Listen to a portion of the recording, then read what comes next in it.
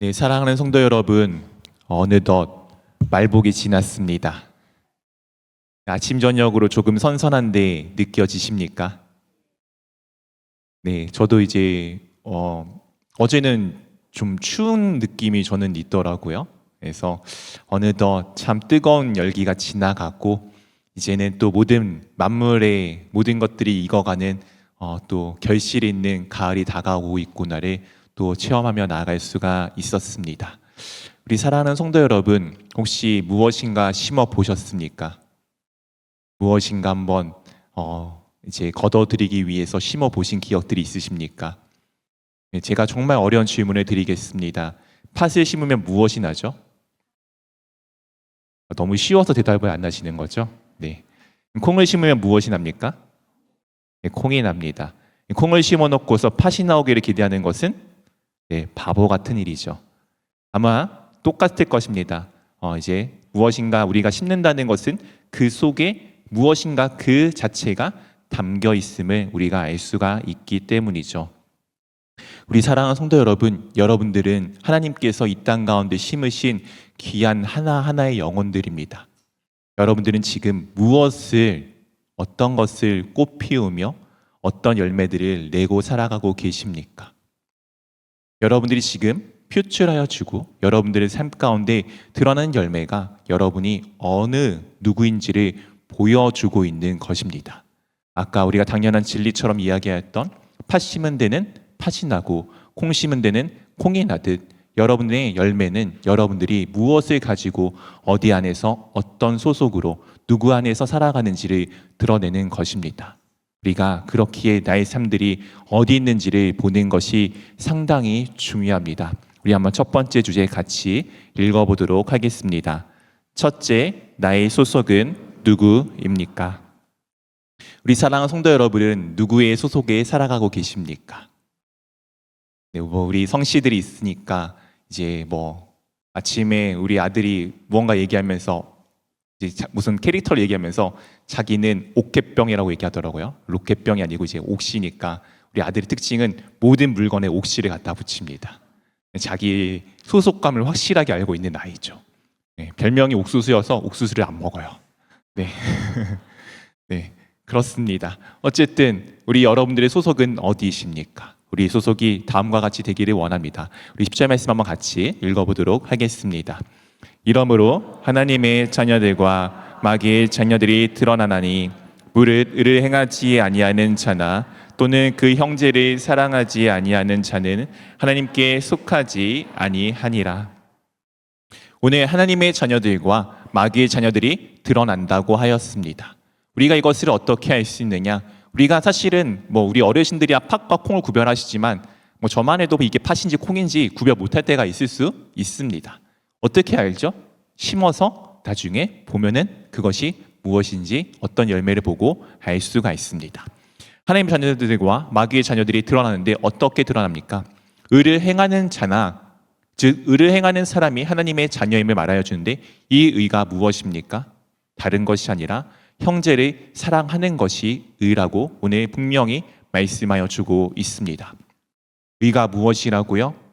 형제를 사랑하는 것입니다. 네, 오해하지 마십시오. 이 형제는 자매도 포함입니다. 네. 우리 교회 안에서 살아가는 우리를 무엇이라고 이야기하죠? 형제, 자매라고 우리가 이 말씀을 이야기를 하며 나누어 가고 있습니다. 사실 우리는 같은 혈연은 아닌 사람들이 많이 있습니다.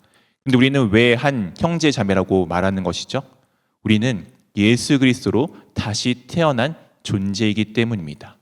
예수 그리스도께서 십자가 위에서 우리의 죄를 대신하여 피를 흘려 주심으로, 즉 우리의 본질이 원래는 죄인이었으나 예수 그리스도의 죽으심으로 말미암아 우리의 본질이 생명 그 자체이신 예수 그리스도로 바뀌게 되었습니다. 저도 이번에 수술을 하면서 헌혈을 해봤는데요. 헌혈이 아니고 이제 수혈이죠. 죄송합니다. 네. 네. 수술하는데 헌혈까지 하면 큰일 났는데 네. 수혈을 이제 해봤는데 참 이상한 느낌이더라고요. 네. 제 몸에 다른 사람의 피가 들어온다는 것. 아마 그 피가 예수 그리스도의 피가 우리 가운데 있기 때문에 우리가 세상의 혈연은 아니겠지만 예수 그리스도의 피로 우리는 한 형제 자매가 되었습니다. 그렇게 우리는 옆에 있는 사람을 어떻게 해야 되죠? 사랑해야 합니다. 사랑하십니까? 아멘이 작은데요. 우리 한번 같이 얼굴 보시고서 조금은 쑥스럽지만 얘기하겠습니다. 사랑합니다.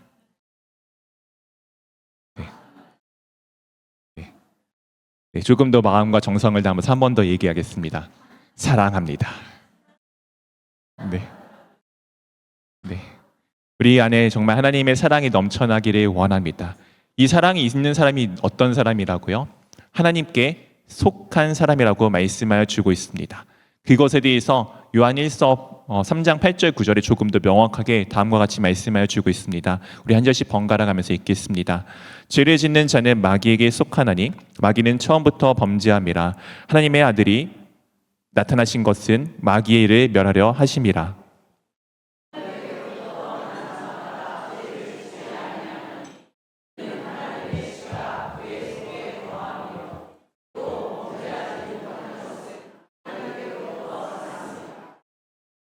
오늘 죄를 짓는 자는 무엇이라고 말씀하시고 있죠? 하나님께 속한 자라고요? 아니요. 죄를 짓는 자는 마귀에게 속한 자라고 분명하게 말씀하고 있습니다. 이 범죄한 것을 없애기 위해서 누가 오셨다고요? 우리 주 예수 그리스도께서 오셨습니다. 그래서 우리는 어떤 사람이 되었습니까? 원래는 죄인이었으나 예수 그리스도로 인하여 예수 그리스도를 통하여 하나님께로부터 난 자가 되어졌습니다. 우리 사랑하는 성도 여러분, 부모님 계시죠? 물론 어떤 분들은 지금 부모님이 소천하신 분들도 계실 겁니다. 제 마음 가운데 아직도 여전히 한켠에 그 울림을 주는 말이 하나 있었습니다. 우리 권사님들을 모시고 새벽 차량 운행을 할 때였나 수요 예배였나 기억이 정확히 안 나는데 차량 운행을 하는데 우리 권사님들 80, 90 드신 분들이 이런 얘기를 하셨었어요. 엄마 보고 싶다. 그 말이 여전히 제 마음 가운데 한켠에 있습니다. 저 나이가 되셔도 여전히 엄마가 그립고 여전히 부모님이 그리우시구나. 그렇죠. 우리는 다 누군가에게부터 난 존재입니다. 오늘 우리가 어디서부터 났다고요? 하나님께로부터 났습니다. 이것이 얼마나 놀라운 은혜인지 모르겠습니다. 하나님께서 난 자는 즉 우리가 어떤 존재가 된 것이죠? 하나님의 우리가 무엇이라 부릅니까? 아버지라고 부릅니다. 그분이 이 세상의 모든 것을 가지시고 모든 것을 하실 수 있는 그분이 나의 부모님이 되어셨다는 것을 우리 가운데 말씀하여 주고 있는 것입니다. 이것이 우리 가운데 은혜인데 더 놀라운 은혜는 우리가 더 이상 어떤 존재가 되었다고요? 죄를 짓지 않는 존재가 되었다라고 말씀하여 주고 있습니다. 현실적으로 우리는 죄를 여전히 짓고 살아가는 존재이긴 합니다.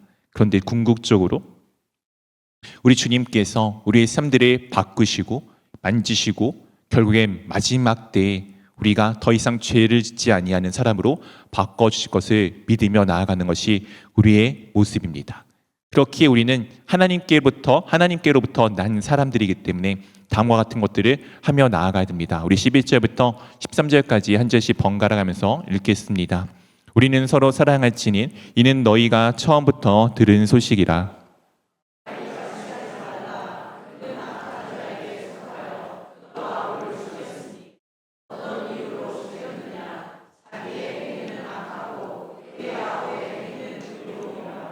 함께 읽겠습니다. 형제들아, 세상이 너희를 미워하여도 이상히 여기지 말라. 우리는 어떻게 하라고요? 서로 사랑할지라. 무엇하라고요? 서로 사랑할지라. 이 소식을 언제 들었다고요? 처음부터 들었습니다. 처음부터 우리가 예수 그리스도의 복음을 듣는 그 순간부터 우리가 서로 사랑할 수밖에 없는 존재임을 들었습니다. 왜 그렇습니까? 아까 우리가 누구로부터 난 자라고요? 하나님으로부터 난 자입니다. 이 누구로부터 났다는 것은 누구의 자녀됨을 의미하겠죠. 우리 하나님의 아들이 한 분 계신데 누구인지 아십니까? 너무 당연한 걸 물으니까 맨날 대답을 안 하시더라고요. 누구이시죠? 네, 예수 그리스도께서 하나님의 아들이십니다. 그러면은 우리도 하나님의 자녀가 되었는데 예수님과 나는 어떤 관계가 되어진 거죠? 네, 마치 형제와 같은 사람이 되어진 거죠. 예수님께서 형제인 우리를 어떻게 하셨죠? 사랑하여 주셨습니다. 어떻게요? 자신의 목숨을 내어 주시기까지. 이 복음을 우리가 언제 들었습니까? 예수 그리스도가 누구인지 알게 되는, 믿게 되는 그 순간에 들은 소식입니다. 이 소식을 여러분들이 들으셨기에 우리는 서로 어떻게 해야 되죠? 사랑해야 합니다. 근데 우리가 이 사랑을 할 수 없는 존재가 되어지는 이유는 가인과 같은 예화를 오늘 말씀해 주고 있습니다. 가인이 어떻게 했다고요? 가인과 같이 하지 말라. 그는 악한 자에게 속하여 그 아우를 죽였으니, 그 아우를 죽였다고 합니다. 왜 죽였습니까? 악한 자에게 속하였기 때문입니다. 그 이유가 무엇입니까? 아벨은, 그의 아우는 자기보다 의로운 존재였기 때문에, 아벨의 존재는 하나님 안에 속해서 의로운 삶을 살아갔기 때문에 그 악한 존재가 의로운 자를 죽였다라고 말씀하여 주고 있습니다. 즉 우리가 하나님의 말씀 가운데 속하지 않고 살아간다면은 누군가를 그렇게 죽일 수밖에 없는 존재가 될 수밖에 없음을 말씀하여 주고 있는 것입니다. 우리 아까 광고 시간에 우리 협동 목사님, 문대기 목사님께서 좋은 말씀을 해줬습니다. 예배는 우리가 하나님께 드리러 온 것입니다. 서비스를 한다라고 이제 영어로는 표현을 하죠. 즉 우리가 하나님께 드리기 위해서 오고 무언가를 섬기기에 왔다면은 우리가 받기보다는 무언가를 드리기를 기뻐할 것이며 누군가를 사랑하기를 기뻐할 것입니다. 받기보다는 나누어주는 것에 기쁨을 더 가지실 것입니다. 오늘 그 마음을 가지고 우리가 살아가기를 원합니다. 그리고 세상을 향해 우리가 넉넉한 마음을 품기를 원합니다. 세상이 어떻게 한다고요? 우리를 당연하게 미워할 것에 대해서 말씀하여 주고 있습니다. 세상이 우리가 예수 그리스도 안에 바르게 살아가는데 미워한다, 기뻐하십시오. 우리가 정말 잘 삶을 살아가고 있기 때문입니다. 우리 사랑하는 성도 여러분, 여러분들은 지금 어디에 소속이 되어져 있으십니까? 하나님이십니까? 아니면은 마귀입니까? 원하기는 우리가 주 예수 그리스도를 통하여 영원하신 생명 되시는 예수 그리스도를 통하여 함께 속하여져서 서로를 사랑할 수 있는 삶들이 되기를 원합니다. 계속해서 우리 두 번째 주제 함께 같이 읽어보도록 하겠습니다. 둘째, 예수 그리스도의 사랑이 의로움입니다. 아까 의로운 것이 무엇이라 말씀드렸죠? 네, 서로 형제끼리 사랑하는 것에 대해서 말씀드렸습니다. 한번 머릿속에 죄송하지만 우리 교회 가운데 좀 꼴보기 싫은 사람이 있다면 한번 떠올려 보십시오. 네, 아마 제 귀가 가장 가려울 수도 있겠지만 네, 분명히 없으실 수도 있겠지만 조금은 이 사람과는 좀 안 맞는 것 같아. 저 사람은 왜 저런지 모르겠어 하는 분들이 있으실 수도 있을 것 같습니다. 아니신가 보군요. 다행입니다.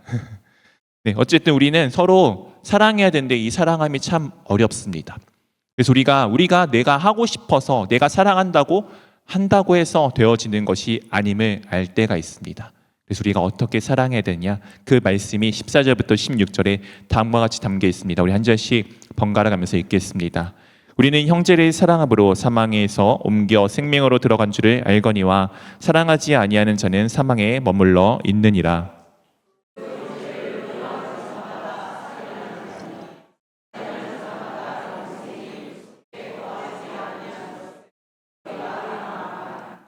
그가 우리를 위하여 목숨을 버리셨으니 우리가 이로써 사랑을 알고 우리도 형제들을 위하여 목숨을 버리는 것이 마땅하니라. 우리는 형제를 사랑함으로 어떻게 되었다고요? 사망에서 생명으로 옮겨졌음을 말씀하여 주고 있습니다. 우리는 원래 죽은 존재였습니다. 우리는 원래 죽은 존재였습니다. 이 죽음의 의미가 무엇이죠? 죽음의 의미는 하나님과 관계가 단절되었음을 말씀하여 주는 것입니다. 죽음이 무엇이라고요? 하나님과의 관계가 단절되는 것을 의미하고 있습니다. 조금은 어려운 질문을 드리도록 하겠습니다. 아마 이제 보통은 여기 계신 분들이 특별한 일이 없으시면은 100에서 200년 후면은 아마 이 자리 가운데 아무도 안 계시겠죠. 여러분들이 이제 그거를 보통 우리 무엇이라고 이야기하죠? 죽었다라고 이야기를 합니다. 이 죽음이 진짜 죽음일까요? 우리가 육체적 숨이 끊어진다고 해서 진짜 죽음일까요? 세상은 그것을 죽음이라고 말하겠지만 지금 제가 죽음이 하나님 안에서 말씀해서 무엇이라 말씀드렸습니까? 하나님과의 관계가 끊어진 것을 죽음이라고 말씀드렸습니다. 우리 사랑하는 성도 여러분, 하나님과 관계를 맺고 계십니까? 그렇다면 여러분들은 죽는 존재인가요? 살아있는 존재인가요? 네, 여러분들은 지금부터 영원까지 살아있는 존재입니다. 우리의 육신의 호흡이 끊어진다고 그것이 죽는 것이 아니라 나의 삶은 여전히 예수 그리스도께 붙들린 바 되어져 예수 그리스도 안에 속하여 예수 그리스도와 함께 살아가고 있기 때문에 그것은 죽음이 아니라 스데반 집사가 순교를 당할 때의 표현처럼 잠자고 있는 것입니다. 더 이상 우리의 삶에는 죽음이 우리의 삶들을 지배하지 못합니다. 왜냐하면 내가 예수 그리스도 안에 속하여 있는 삶이 되었기 때문입니다. 이것이 사망에서 생명으로 옮겨진 것입니다. 그런 사람은 어떻게 할 수밖에 없는 거죠? 옆에 있는 나의 형제를 사랑할 수밖에 없게 됩니다. 제가 몇 번 말씀드렸죠? 저의 부족함을. 근데 그것을 참 요즘에 많이 감사하며 살아갑니다. 제 안에 정말 주님께서 채워주시는 그 사랑이 넘쳐남으로써 내가 누군가를 사랑할 수 있는 존재가 되었구나에 얼마나 감사한지 아십니까? 모든 사람을 다 사랑할 수는 없습니다. 그런데 그 한 명 한 명의 사랑이 조금은 더 되어져 가고 누군가를 사랑할 수 있는 마음이 되었다면 여러분들은 이미 예수 그리스도의 사랑을 알고 젖어가는 사람들이 되어지는 것입니다. 아까 가인의 이야기를 드렸습니다. 오늘 그 가인은 실제로 우리가 알고 있다시피 아울을 살인하였던 자이죠.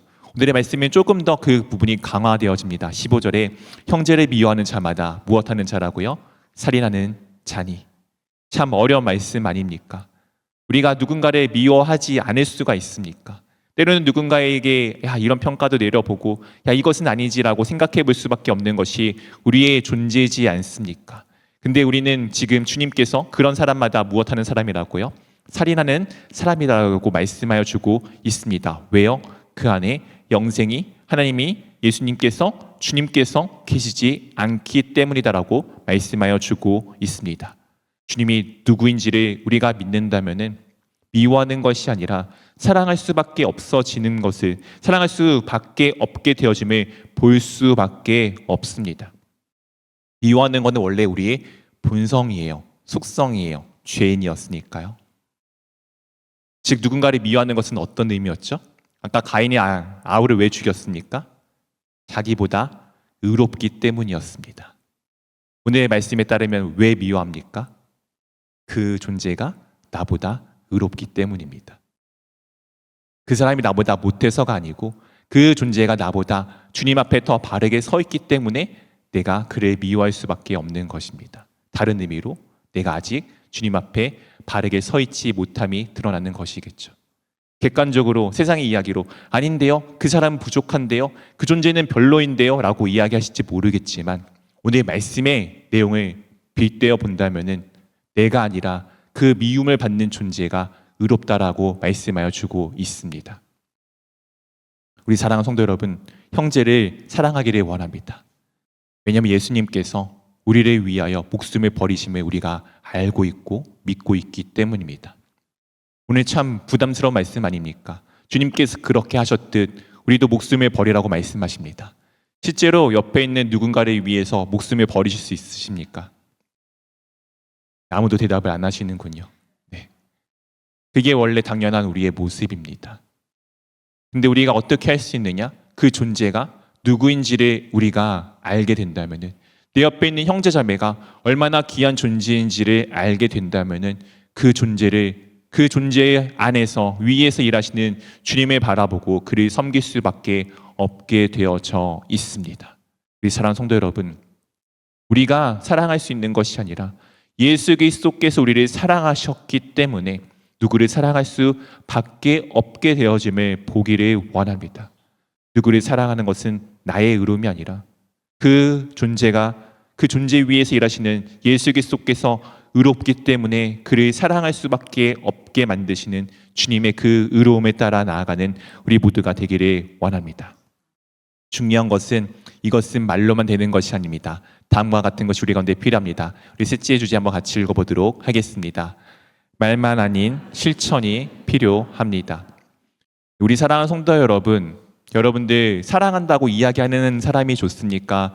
사랑한다고 이야기하면서 우리 아내분들 가방에 봉투에 잔뜩 무언가 넣어주는 남편이 좋습니까? 네, 그렇다고 합니다. 제가 이제 좋아하는 영화가 하나 있습니다. 뭐 야에서 이 영화가 워낙 야한 영화여서 추천을 드리기 좀 그렇지만 제가 좋아하는 영화가 이제 새끼라는 영화입니다. 영화를 좋아하는 이유가 야에서라기보다는요.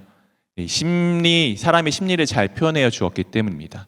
여자 주인공이 이제 한 남자를 사랑하는 그 마지막에 결정적인 것을 딱 결단하고 자신의 목숨과 주변의 수많은 사람들의 목숨을 잃게 만드는 결정적인 순간이 하나 있는데 그것이 무엇이냐면은 이 남자가 이 여자에게 정말 귀한 보석을 하나 줄 때였습니다. 100번의 말보다 때로는 하나의 실천이 우리 가운데 더 크게 다가올 때가 있습니다. 오늘 그것을 다음과 같이 말씀하여 주고 있습니다. 17절, 18절을 한 절씩 번갈아 가면서 읽겠습니다. 누가 이 세상의 재물을 가지고 형제의 궁핍함을 보고도 도와줄 마음을 닫으면 하나님의 사랑이 어찌 그 속에 거하겠느냐.